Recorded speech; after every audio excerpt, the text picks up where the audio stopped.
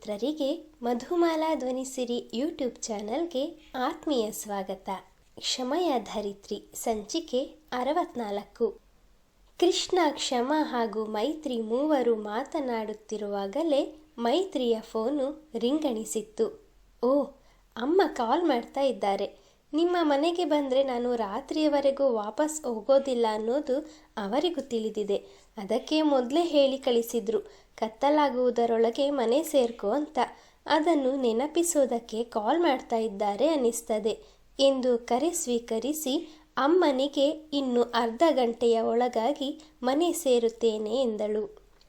ಸಾರಿ ಮೈತ್ರಿ, ಮಾತನಾಡ್ತಾ ಸಮಯ ಸರಿದದ್ದೇ ತಿಳಿಲಿಲ್ಲ. ಇನ್ನು ನೀನು ಹೊರಡು.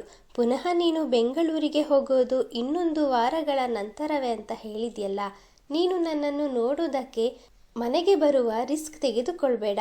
ಕಂಪನಿ ಕೆಲಸ ಮುಗಿದ ನಂತರ ಸಂಜೆ ನಾನು ನಿಮ್ಮ ಮನೆಗೆ ಬಂದು ಹೋಗ್ತೇನೆ ಎಂದ ಕ್ಷಮಾಳ ಮಾತಿಗೆ, ನೀನು ಹೇಳಿದ ಮೇಲೆ ಆಯಿತು. ನಿನ್ನ ಮಾತನ್ನು ಮೀರೋದಕ್ಕೆ ಆಗ್ತದಾ? ಇನ್ನು ನಾನು ಮನೆಗೆ ಹೊರಡ್ತೀನಿ. ಇಲ್ಲ ಅಂದರೆ ಅಮ್ಮನೊಟ್ಟಿಗೆ ಅಪ್ಪ ಕೂಡ ತರಾಟೆಗೆ ತೆಗೆದುಕೊಳ್ತಾರೆ. ನೀನೀಗ ನನ್ನ ಜೊತೆ ಬರೋದು ಬೇಡ. ನೀವಿಬ್ಬರು ನಿಮ್ಮ ಮಾತನ್ನು ಮುಂದುವರಿಸಿ. ಇಲ್ಲೇ 4-5 ಹೆಜ್ಜೆ ಮುಂದೆ ಹೋದರೆ ಆಟೋ ಸಿಗ್ತದೆ. ನಾನು ಹೋಗ್ತೇನೆ ಎಂದು ಮೈತ್ರಿ ಎಷ್ಟೇ ಹೇಳಿದರೂ ಅವಳ ಮಾತುಗಳನ್ನು ಕೇಳದ ಕ್ಷಮ ತಾನೂ ಕೂಡ ಅವಳೊಡನೆ ಹೊರಟು ನಿಂತಳು. ಅವರು ನಿಮ್ಮ ಮಾತನ್ನು ಕೇಳೋದಿಲ್ಲ, ನೀವು ಅವರ ಮಾತು ಕೇಳೋದಿಲ್ಲ. ಈಗ ಇಬ್ಬರೂ ನನ್ನ ಮಾತನ್ನು ಕೇಳಬೇಕು ಅಷ್ಟೇ. ಕುಳಿತಲ್ಲಿಂದ ಎದ್ದು ನಿಂತ ಕೃಷ್ಣ, ಬನ್ನಿ, ನಿಮ್ಮ ಗೆಳತಿಯನ್ನು ಅವರ ಮನೆಯ ತನಕ ನಾನೇ ಡ್ರಾಪ್ ಮಾಡ್ತೀನಿ ಎಂದು ತನ್ನ ಕಾರಿನತ್ತ ನಡೆದು ಡ್ರೈವರ್ ಸೀಟಿನಲ್ಲಿ ಕುಳಿತನು. ಅವರಿಬ್ಬರಿಗೂ ಏನು ಮಾಡಬೇಕೋ ತಿಳಿಯಲಿಲ್ಲ. ಹೀಗೆ ವಾದ ಮಾಡುತ್ತಾ ಕುಳಿತರೆ ಮನೆ ಸೇರುವುದರೊಳಗೆ ಕತ್ತಲಾಗುತ್ತದೆ ಎಂದು ಅರಿತವರು ಕಾರಿನಲ್ಲಿ ಕುಳಿತರು. ಚಿತ್ರ ಬಿಡಿಸುವಾಗಲೂ ಅಂಗವೈಕಲ್ಯತೆಯ ಪ್ರದರ್ಶನ ಮಾಡದ ಕೃಷ್ಣ ಕಾರನ್ನು ಸಹ ನಿರಾಯಾಸವಾಗಿ ಚಲಾಯಿಸುವುದನ್ನು ಕಂಡ ಕ್ಷಮಾಳಿಗೆ ನಿಜಕ್ಕೂ ಆಶ್ಚರ್ಯವೆನಿಸಿತು. ಮೈತ್ರಿ ಎಷ್ಟೇ ಕರೆದರೂ ಮನೆಯ ಒಳಹೋಗಲು ನಿರಾಕರಿಸಿದಾಗ, ಸರಿ, ಈಗ ತುಂಬ ಕತ್ತಲಾಗಿದೆ ಅಂತ ನಾನು ಒತ್ತಾಯ ಮಾಡೋದಿಲ್ಲ, ಆದರೆ ಇನ್ನೊಮ್ಮೆ ಬರಲೇಬೇಕು ಎಂದಾಗ ಕೃಷ್ಣ ಕೂಡ ಸರಿ ಎಂದು ತಲೆಯಾಡಿಸಿ ಕಾರನ್ನು ತಿರುಗಿಸಿದನು. ಕೃಷ್ಣ, ನೀವು ಇಷ್ಟು ಚೆನ್ನಾಗಿ ಗಾಡಿ ಓಡಿಸ್ತೀರಾ ಅಂತ ನನಗೆ ತಿಳಿದೇ ಇರಲಿಲ್ಲ. ಕ್ಷಮಾಳ ನಾಲಿಗೆಯ ತುದಿಗೆ ಬಂದ ಮಾತು ಗಂಟಲಿನಲ್ಲಿಯೇ ಉಳಿಯಿತು. ತಾನು ಪುನಃ ಈ ಮಾತನ್ನಾಡಿದರೆ ಅವರಿಗೆ ಬೇಸರವಾಗಬಹುದೆಂದು ಸುಮ್ಮನೆ ಕುಳಿತು ಕಿಟಕಿಯತ್ತ ಮುಖ ಮಾಡಿದಳು. ಕಂಠಶ್ರೀ, ನಿಮ್ಮನ್ನು ಒಂದು ಮಾತು ಕೇಳ. ಮೌನಕ್ಕೆ ಜಾರಿದ್ದ ಕ್ಷಮಾಳನ್ನು ಕೃಷ್ಣ ಎಚ್ಚರಿಸಿದನು. ಕೇಳಿ, ಎಂತ? ಅವಳ ಮುಗ್ಧ ಸ್ನಿಗ್ಧ ನಗು ಅವನನ್ನು ಮತ್ತೊಮ್ಮೆ ಆಕರ್ಷಿಸಿತು. ಅಂಥದ್ದೇನೂ ಇಲ್ಲ. ನಾನು ನಿಮ್ಮನ್ನು ಕಂಠಶ್ರೀ ಅಂತ ಕರೆದ್ರೆ ನಿಮಗೆ ಇಷ್ಟ ಆಗುತ್ತೋ ಅಥವಾ ನಿಮ್ಮ ನಿಜವಾದ ಹೆಸರಿನಲ್ಲಿ ಕರೆದ್ರೆ ಇಷ್ಟವಾಗುತ್ತೋ? ಕೌತುಕದಿಂದ ಕೇಳಿದನು. ಅವಳು ಮರು ಯೋಚಿಸದೆ, ನೀವು ನನ್ನನ್ನು ಕ್ಷಮ ಅಂತ ಕರೆದ್ರೆ ತುಂಬ ಇಷ್ಟ. ಅದರಲ್ಲೂ ನಾವು ಸ್ನೇಹಿತರು ಅಂದಮೇಲೆ ಹೋಗಿ ಬನ್ನಿ ಅಂತ ಮರ್ಯಾದೆ ಕೊಡೋದನ್ನು ಬಿಟ್ಟರೆ ಇನ್ನೂ ಇಷ್ಟ ಎಂದು ಮುಗುಳ್ನಕ್ಕಳು. ಕೃಷ್ಣ ಯಾವುದಕ್ಕೂ ಪ್ರತಿಕ್ರಿಯಿಸಲಿಲ್ಲ. ಅಷ್ಟರಲ್ಲಾಗಲೇ ಕಾರು ಕ್ಷಮಾಳ ಮನೆಯ ಮುಂದೆ ಬಂದು ನಿಂತಿತ್ತು. ಅರೆ, ಇವರಿಗೆ ಎಂತಾಯಿತು? ಇವರೇ ತಾನೇ ನಾನು ನಿಮ್ಮನ್ನು ಹೇಗೆ ಕರೆದ್ರೆ ಇಷ್ಟ ಅಂತ ಕೇಳಿದ್ದು? ಅದಾದ ನಂತರ ಒಂದೇ ಒಂದು ಮಾತು ಕೂಡ ಆಡಲಿಲ್ಲವಲ್ಲ. ವಿಚಿತ್ರ ಮನುಷ್ಯ, ಇವರನ್ನು ಅರ್ಥ ಮಾಡಿಕೊಳ್ಳೋದೇ ಕಷ್ಟ ಎಂದು ತನ್ನಷ್ಟಕ್ಕೆ ಮಾತನಾಡಿಕೊಂಡು ಕಾರಿನ ಡೋರ್ ತೆಗೆದು ಕೆಳಗಿಳಿದ ಕ್ಷಮ ಡ್ರೈವರ್ ಸೀಟಿನತ್ತ ಬಂದವಳು, ಮೈತ್ರಿಯನ್ನು ಮನೆಗೆ ಡ್ರಾಪ್ ಮಾಡಿ ನನ್ನನ್ನು ಸುರಕ್ಷಿತವಾಗಿ ಮನೆ ತಲುಪಿಸಿದ್ದಕ್ಕೆ ತುಂಬ ಥ್ಯಾಂಕ್ಸ್ ಎಂದಳು. ಈಗಲೂ ಸಹ ಅವನು ಏನು ಮಾತನಾಡಲಿಲ್ಲ. ಅವನ ಬಟ್ಟಲು ಗಣ್ಣುಗಳು ಸ್ಟೇರಿಂಗನ್ನೇ ದಿಟ್ಟಿಸುತ್ತಿದ್ದವು. ಅವಳಿಗೆ ಏನು ಮಾತನಾಡಬೇಕೋ ತಿಳಿಯಲಿಲ್ಲ. ನನ್ನಿಂದ ಏನಾದರೂ ಇವರಿಗೆ ಬೇಸರವಾಯ್ತಾ? ಅಂತಹ ವಿಷಯವನ್ನು ನಾನೇನು ಮಾತನಾಡಲೇ ಇಲ್ವಲ್ಲ. ಕ್ಷಣಕಾಲ ಯೋಚಿಸಿ, ನಾಳೆ ಆದರೆ ಭೇಟಿ ಮಾಡ್ತೇನೆ, ಮೈತ್ರಿಯ ಮನೆಗೆ ಹೋಗಬೇಕಲ್ಲ ಎಂದಷ್ಟೇ ಹೇಳಿ ಮನೆಯತ್ತ ಹೊರಡಲು 2 ಹೆಜ್ಜೆ ಮುಂದಿಟ್ಟಳು. ಕ್ಷಮ, ನನಗೆ ಅದೇ ಬೇಸರ. ಅವನ ಧ್ವನಿ ಕೇಳಿ ಹಿಂದಿರುಗಿ ಬಂದ ಕ್ಷಮ ಬೆರಗುಗಣ್ಣಿನಿಂದ ಅವನನ್ನೇ ದಿಟ್ಟಿಸುತ್ತಾ, ಏನಂದ್ರಿ ಎಂದು ಆಶ್ಚರ್ಯ ವ್ಯಕ್ತಪಡಿಸಿದಳು. ಕ್ಷಮಾ, ನಾಳೆ ನೀನು ನನ್ನನ್ನು ಭೇಟಿಯಾಗೋದಕ್ಕೆ ಬರೋದಿಲ್ವಲ್ಲ, ನನಗೆ ಅದೇ ಬೇಸರ. ಆದರೆ ನಾಡಿದ್ದು ಖಂಡಿತವಾಗಿಯೂ ಮಿಸ್ ಮಾಡಬಾರ್ದು. ನಾನು ನಿನಗಾಗಿ ಕಾಯ್ತಾ ಇರ್ತೀನಿ. ನನ್ನ ಕ್ಷಮ ನನಗೆ ಯಾವಾಗಲೂ ಬೇಸರವಾಗೋದಕ್ಕೆ ಬಿಡೋದಿಲ್ಲ ಅನ್ನೋ ನಂಬಿಕೆ ನನಗಿದೆ ಎಂದು ಅವಳನ್ನೊಮ್ಮೆ ತುಂಟ ಕಣ್ಣುಗಳಿಂದ ನೋಡಿ ಸಮ್ಮೋಹಕ ನಗು ಚೆಲ್ಲಿ ಕಾರನ್ನು ಸ್ಟಾರ್ಟ್ ಮಾಡಿ ಅವಳೇನೋ ಹೇಳುವ ಮುನ್ನವೇ ಅಲ್ಲಿಂದ ತೆರಳಿದ್ದನು. ಇಷ್ಟರವರೆಗೂ ನಾನು ಕೇಳಿದ್ದೇನು? ನನ್ನ ಕ್ಷಮ. ನಾನು ಯಾವಾಗ ಅವರ ಕ್ಷಮ ಆದೆ? ನನ್ನ ಕ್ಷಮ ನನಗೆ ಬೇಸರವಾಗಲು ಬಿಡುವುದಿಲ್ಲ ಅಂದರಲ್ಲ, ಯಾಕಿರಬಹುದು? ಯೋಚಿಸುತ್ತಲೇ ಅವನು ಹೋದ ದಾರಿಯನ್ನು ನೋಡುತ್ತಾ ನಿಂತಳು. ಅವನ ಬಾಯಿಯಿಂದ ಮತ್ತು ಮತ್ತು ತನ್ನ ಹೆಸರನ್ನು ಕೇಳಲು ಅವಳ ಮನಸ್ಸು ಹಾತೊರೆಯುತ್ತಿತ್ತು. ಅವನ ಕಾರು ಬಿಂದುವಿನ ರೂಪ ಪಡೆದು ಕಣ್ಣಿನಿಂದ ಮರೆಯಾಗುತ್ತಿದ್ದರೆ ಏನೋ ಕಳೆದುಕೊಂಡ ಭಾವ ಅವಳ ತನುಮನಗಳನ್ನು ಆಕ್ರಮಿಸಿತು. ಮಗಳೇ ಕ್ಷಮ, ಬಂದ್ಯಾ? ಆಗಲೇ ಕತ್ಲಾಗಿದೆ. ಇನ್ನೂ ಎಲ್ಲಿ ತಡವಾಗಿ ಬರ್ತೀಯೋ ಅಂತ ಹೆದರಿದ್ದೆ. ಕಾರು ಬಂದ ಶಬ್ದವಾಯಿತು. ಯಾರಮ್ಮ ಬಂದಿದ್ದು? ಒಳಗಿನಿಂದ ಬಂದ ಶ್ಯಾಮಲ ಕಾಳಜಿಯಿಂದ ವಿಚಾರಿಸಿದರು. ಅಮ್ಮನ ಮಾತಿಗೆ ತನ್ನ ಯೋಚನಾ ಲಹರಿಯಿಂದ ಹೊರಬಂದ ಕ್ಷಮ ಕೃಷ್ಣನೇ ಮೈತ್ರಿಯನ್ನು ಅವರ ಮನೆಗೆ ತಲುಪಿಸಿ ತನ್ನನ್ನು ಕೂಡ ಮನೆಗೆ ಬಿಟ್ಟು ಹೋದ ವಿಷಯವನ್ನು ತಿಳಿಸಿ ಒಳ ನಡೆದಳು. ಮನೆಗೆ ಬಂದು ಕೈಕಾಲು ತೊಳೆಯುವಾಗಲೂ, ಊಟ ಮಾಡುವಾಗಲೂ, ಅಡುಗೆ ಮನೆ ಸ್ವಚ್ಛಗೊಳಿಸುವಾಗಲೂ ಏನೇ ಕೆಲಸದಲ್ಲಿ ತೊಡಗಿದ್ದರೂ ಅವಳ ಮನಸ್ಸು ಮಾತ್ರ ಕೆಲವು ಸಮಯಗಳ ಹಿಂದೆ ಕೃಷ್ಣ ಹೇಳಿದ ಮಾತುಗಳನ್ನೇ ಮೆಲುಕು ಹಾಕುತ್ತಿತ್ತು.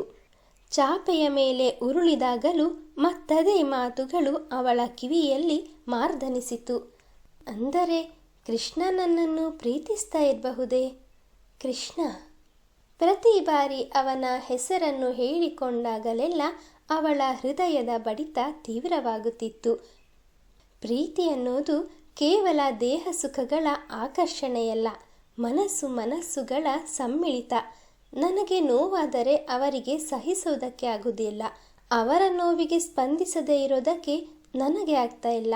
ಅಂದರೆ ನಾನು ಕೂಡ ಅವರನ್ನು ಪ್ರೀತಿಸ್ತಾ ಇದ್ದೀನಾ? ನೆನೆಸಿಕೊಂಡವಳಿಗೆ ಒಂದು ಕ್ಷಣ ಮೈಯೆಲ್ಲ ಚಳುಕು ಹೊಡೆದಂತಾಯಿತು. ಅವಳಿಗೆ ತಿಳಿಯದೆ ಅವಳ ಮುಖದಲ್ಲಿ ಹೂನಗುವೊಂದು ಮೂಡಿತು.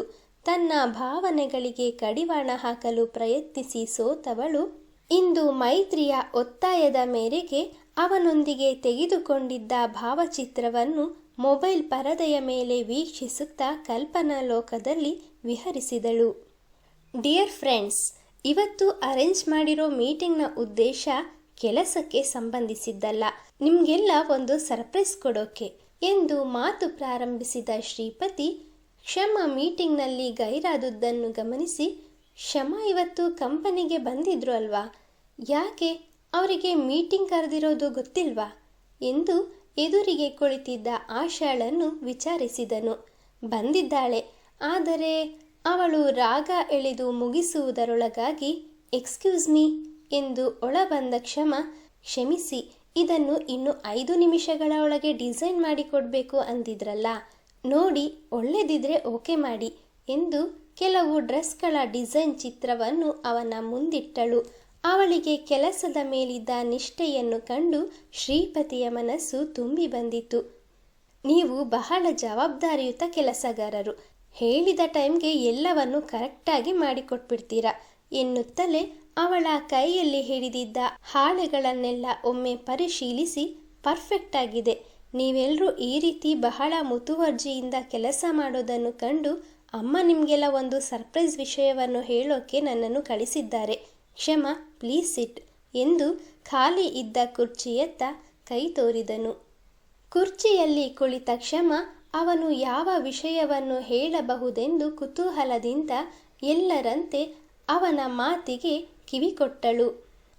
ಫ್ರೆಂಡ್ಸ್, ಕಳೆದ ಕೆಲವು ತಿಂಗಳಿನಿಂದ ನಮ್ಮ ಕಂಪನಿ ಮೊದಲಿಗಿಂತ ಹೆಚ್ಚು ಲಾಭವನ್ನು ಗಳಿಸ್ತಾ ಇರೋದು ನಿಮಗೆಲ್ಲ ತಿಳಿದಿರೋ ವಿಚಾರವೇ. ಅದಕ್ಕೆ ಕಾರಣಕರ್ತರಾಗಿರೋ ನಿಮ್ಮೆಲ್ಲರನ್ನು ಸಂತೋಷಪಡಿಸೋ ಸಲುವಾಗಿ ಅಮ್ಮ ಬೆಂಗಳೂರಿನ ಅವರ ಸ್ವಗೃಹದಲ್ಲಿ ಪೂಜೆನ ಹಮ್ಮಿಕೊಂಡಿದ್ದಾರೆ. ಎಲ್ಲ ಕಂಪನಿಗಳಲ್ಲೂ ಏನಾದರೂ ಪ್ರೋಗ್ರೆಸ್ ಆದಲ್ಲಿ ಪಾರ್ಟಿ ಏರ್ಪಡಿಸೋದು ಕಾಮನ್. ಆದರೆ ನಿಮಗೆಲ್ಲ ತಿಳಿದಿರೋ ಅಂತೆ ಅಮ್ಮ ಮಹಾನ್ ದೈವ ಭಕ್ತೆ. ಅವರು ನಿಮಗಾಗಿ ಈ ಪೂಜೆಯನ್ನು ಏರ್ಪಡಿಸಿ ನಿಮಗೆಲ್ಲ ಧನ್ಯವಾದ ಹೇಳಬೇಕು ಅಂದ್ಕೊಂಡಿದ್ದಾರೆ. ಯಾರೂ ಕೂಡ ಮಿಸ್ ಮಾಡೋ ಹಾಗಿಲ್ಲ. ಮತ್ತೊಂದು ಮಾತು, ಪೂಜೆ ನೆಕ್ಸ್ಟ್ ಸಂಡೇ ಇರೋದ್ರಿಂದ ಸ್ಯಾಟರ್ಡೆ ಮಾರ್ನಿಂಗ್ ಹೊರಟು ಪೂಜೆ ಮುಗಿಸ್ಕೊಂಡು ಸಂಡೇ ನೈಟ್ ರಿಟರ್ನ್ ಬರೋ ಹಾಗೆ ಬಸ್ಸಿನ ವ್ಯವಸ್ಥೆ ಕೂಡ ಇರುತ್ತೆ ಎಂದನು. ಅಲ್ಲಿಯವರೆಗೂ ಹೇಗೆ ಹೋಗುವುದೆಂದು ತಿಳಿಯದೆ ಒದ್ದಾಡುತ್ತಿದ್ದ ಕಂಪನಿಯ ಕೆಲಸಗಾರರೆಲ್ಲರೂ ಬಸ್ಸಿನ ವ್ಯವಸ್ಥೆ ಇದೆ ಎಂದು ತಿಳಿದು ಸಂತೋಷ ವ್ಯಕ್ತಪಡಿಸಿದರು. ತಾವು ಇರುವ ಸ್ಥಳವನ್ನು ಮರೆತು ಹೆಂಗಳೆಯರೆಲ್ಲರೂ ತಾವು ಪೂಜೆಗೆ ಹೇಗೆ ತಯಾರಾಗಬೇಕು, ಯಾವ ಬಟ್ಟೆ ತೊಡಬೇಕು ಎಂದು ಚರ್ಚೆ ಮಾಡುತ್ತಿದ್ದರೆ ಕ್ಷಮಾ ಮಾತ್ರ ಬೇರೆಯದೇ ಆಲೋಚನೆಯಲ್ಲಿ ಮುಳುಗಿದ್ದಳು. ಕ್ಷಮಾ, ಏನು ಯೋಚನೆ ಮಾಡ್ತಾ ಇದ್ದೀರಾ? ಅವತ್ತು ಅಮ್ಮ ನಿಮಗೆ ಬೆಂಗಳೂರಿನ ಬ್ರಾಂಚಲ್ಲಿ ಕೆಲಸ ಮಾಡೋದಕ್ಕೆ ಅವಕಾಶ ನೀಡಿದಾಗ ಬರಲ್ಲ ಅಂದಿದ್ರಿ. ಆದರೆ ಈಗ ಯಾವ ಕಾರಣಕ್ಕೂ ತಪ್ಪಿಸಿಕೊಳ್ಳೋ ಹಾಗಿಲ್ಲ. ಅವಳ ತೀರ ಸನಿಹದಲ್ಲಿ ನಿಂತು, ನಿಜ ಹೇಳಬೇಕು ಅಂದರೆ ಅಮ್ಮ ಪೂಜೆಯ ನೆಪ ಮಾಡಿ ಎಲ್ಲರನ್ನೂ ಕರೆಸಿಕೊಳ್ತಿರೋದೇ ನಿಮಗಾಗಿ ಎಂದು ಅವಳ ಕಿವಿಯಲ್ಲಿ ಪಿಸುಗುಟ್ಟಿದನು. ತಂಗಾಳಿಯಂತೆ ಕಿವಿಯಲ್ಲಿ ತೇಲಿ ಹೋದ ಅವನ ಮಾತುಗಳು ಅವಳಿಗೆ ಆಶ್ಚರ್ಯವೆನಿಸಿತು. ಏನು, ನನಗಾಗಿನಾ? ಯಾಕೆ?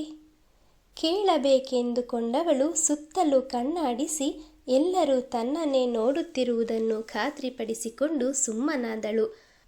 ಆದರೂ ಅಷ್ಟು ದೂರ ಅಮ್ಮನನ್ನು ಬಿಟ್ಟು ಹೇಗೆ ಹೋಗೋದು? ಇರಲಿ, ಒಂದು ದಿನದ ಮಟ್ಟಿಗೆ ಹೇಗೋ ಅವರೇ ಬಸ್ಸಿನ ವ್ಯವಸ್ಥೆ ಕೂಡ ಮಾಡಿದ್ದಾರೆ. ನಾನು ಈ ಬಾರಿಯೂ ಬರೋದಿಲ್ಲ ಅಂತ ಅಂದರೆ ಅವರಿಗೆ ಬೇಸರವಾಗಬಹುದು ಎಂದು ತನ್ನಲ್ಲಿಯೇ ನಿಶ್ಚಯಿಸಿಕೊಂಡಳು. ಹಾಗಾದರೆ ನೆಕ್ಸ್ಟ್ ವೀಕ್ ಹೊರಡೋದಕ್ಕೆ ಯಾರಿಗೂ ತೊಂದರೆ ಇಲ್ಲ ತಾನೆ? ಶ್ರೀಪತಿ ಕೇಳಿದಾಗ ಕ್ಷಮಾಳನ್ನು ಸೇರಿಸಿ ಎಲ್ಲರೂ ಖಂಡಿತವಾಗಿಯೂ ಇಲ್ಲ ಎಂದು ಒಕ್ಕೊರಲಿನಲ್ಲಿ ಹೇಳಿದರು. ಕೆಲಸದ ಸಮಯದಲ್ಲಿ ಕ್ಷಮಾಳೊಂದಿಗೆ ಹೆಚ್ಚು ಮಾತನಾಡಲು ಆಗುತ್ತಿರಲಿಲ್ಲವಾದ್ದರಿಂದ ತನ್ನ ಮನಸ್ಸಿನ ಮಾತುಗಳನ್ನು ಹೇಳಿಕೊಳ್ಳಲು ಅವಳು ಏಕಾಂಗಿಯಾಗಿ ಸಿಗುವುದನ್ನೇ ಕಾಯುತ್ತಿದ್ದ ಶ್ರೀಪತಿಗೆ ಹೇಳಲಾಗದಷ್ಟು ಆನಂದವಾಯಿತು. ಅಹಲ್ಯಾದೇವಿ ತಮ್ಮ ಕೆಲಸಗಾರರನ್ನು ಬೆಂಗಳೂರಿಗೆ ಕರೆಸಿಕೊಳ್ಳುತ್ತಿರುವ ಉದ್ದೇಶ ದೇವರ ಕಾರ್ಯಕ್ಕೋ ಅಥವಾ ಅದರ ಹಿಂದೆ ಬೇರೆ ಯಾವುದಾದರೂ ಉದ್ದೇಶವಿದೆಯೋ? ನಿರೀಕ್ಷಿಸಿ ಮುಂದಿನ ಸಂಚಿಕೆಯಲ್ಲಿ. ಮಿತ್ರರೇ, ಕಥೆಯ ಬಗ್ಗೆ ನಿಮ್ಮ ಅನಿಸಿಕೆ ಅಭಿಪ್ರಾಯಗಳನ್ನು ಕಮೆಂಟ್ನ ಮೂಲಕ ಹಂಚಿಕೊಳ್ಳಿ. ಹಾಗೆ ಲೈಕ್, ಶೇರ್, ಸಬ್ಸ್ಕ್ರೈಬ್ ಮಾಡುವುದರ ಮೂಲಕ ನಮ್ಮನ್ನು ಪ್ರೋತ್ಸಾಹಿಸಿ. ಮುಂದಿನ ಸಂಚಿಕೆಯಲ್ಲಿ ಮತ್ತೆ ಸಿಗೋಣ. ಧನ್ಯವಾದಗಳು.